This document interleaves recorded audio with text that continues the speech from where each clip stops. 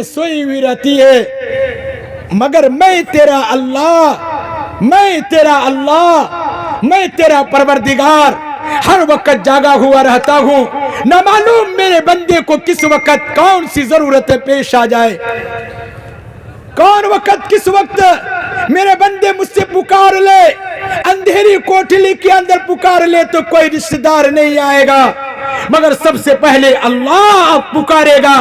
अल्लाह पुकारेगा। चाहे वो अंधेरी कोठली के अंदर हो, चाहे वो कुएं के अंदर हो, चाहे वो बयाबान जंगल के अंदर हो, जब बंदे को कोई तकलीफ पहुंचती है, अगर अल्लाह को पुकारता है, कसम खुदा की अल्लाह उसी वक्त कहता है लब्बैक या अब्दी, लब्बैक या अब्दी, ऐ मेरा बंदा मैं हाजिर हूं। इसलिए अल्लाह फरमाता है कि ऐ मेरे बंदे तुम मुझे पुकारो, ऐ मेरे बंदे तुम मुझे याद करो, और अगर तुम मुझे याद करोगे तो तुमको मौत याद आएगी, और अगर तुमको जब मौत आएगी तभी जाकर के तुम मुझसे मुलाकात कर सकते हो। इसीलिए प्यारे हबीब सल्लल्लाहु अलैहि वसल्लम ने इरशाद फरमाया कि अल मौत जसलुन युसिलुल हबीब इलल हबीब, कि मौत एक पुल है जो एक दोस्त को दूसरे दोस्त से मिलाता है। लिहाजा ये दोस्त अगर अल्लाह से मिलना चाहता है, ये नेक आदमी अल्लाह से मिलना चाहता है, ये नेक आदमी अल्लाह से मुलाकात करना चाहता है, तो अगर बीच के अंदर कोई चीज हायल है तो सिर्फ और सिर्फ मौत है। अगर इंसान नेक अमल करेगा उसको कभी मौत से डर महसूस नहीं होगा।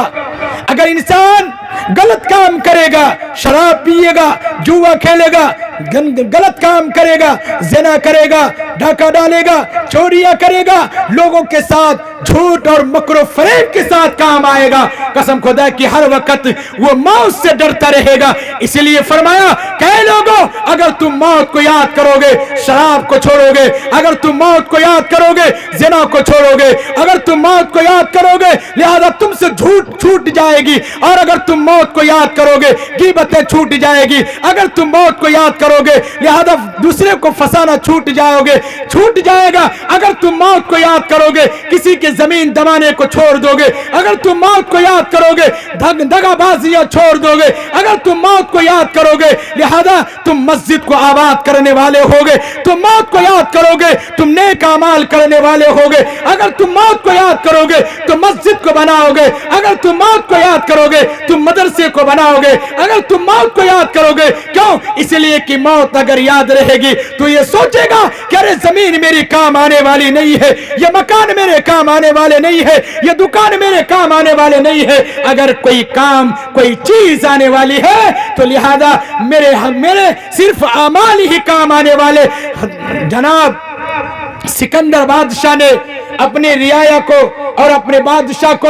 और अपने तमाम मानने वाले को नसीहत किया कि ऐ मेरे मुरीदो सुन लो, ऐ मेरे मानने वाले सुन लो, ऐ मेरे रियाया सुन लो, जब मेरी मौत हो जाए और तुम मुझे नहलाकर जब कफन दे दोगे और जनाजा लेकर के ताबूत में जाओगे तो मेरे हाथ को कफन से बाहर कर देना, मेरे हाथ को कफन से बाहर कर देना। लोगों ने कहा कि बादशाह सलामत आप क्या नसीहत करते हैं? अरे लोग क्या कहेगा कि ये सिकंदर बादशाह इतने सूबे का फतह कर चुका, फिर भी जाने के वक्त में, मौत के वक्त में और कब्र में जाने के वक्त में भी कोई और मुल्क तलाश कर रहा है, कोई और सूबा तलाश कर रहा है। सिकंदर बादशाह ने कहा क्या लोगों नहीं, ऐ मेरे रियाया नहीं, बल्कि मैं ये नसीहत देना चाहता हूं और मैं दुनिया वाले को ये पैगाम देना चाहता हूं कि सिकंदर बादशाह एक मुल्क का बादशाह नहीं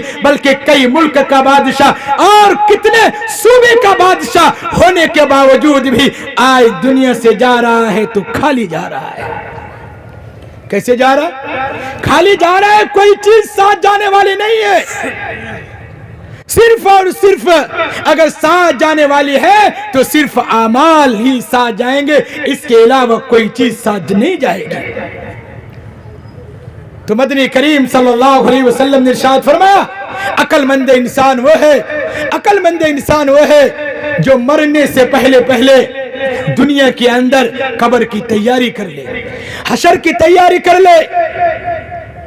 कब्र में सुकून का जरिया बना ले, हशर में عرش کے سائے کے تلے نیچے جگہ بنا لے، اور یہ چیز مرنے کے بعد نہیں ہوگی، یہ چیز قبر میں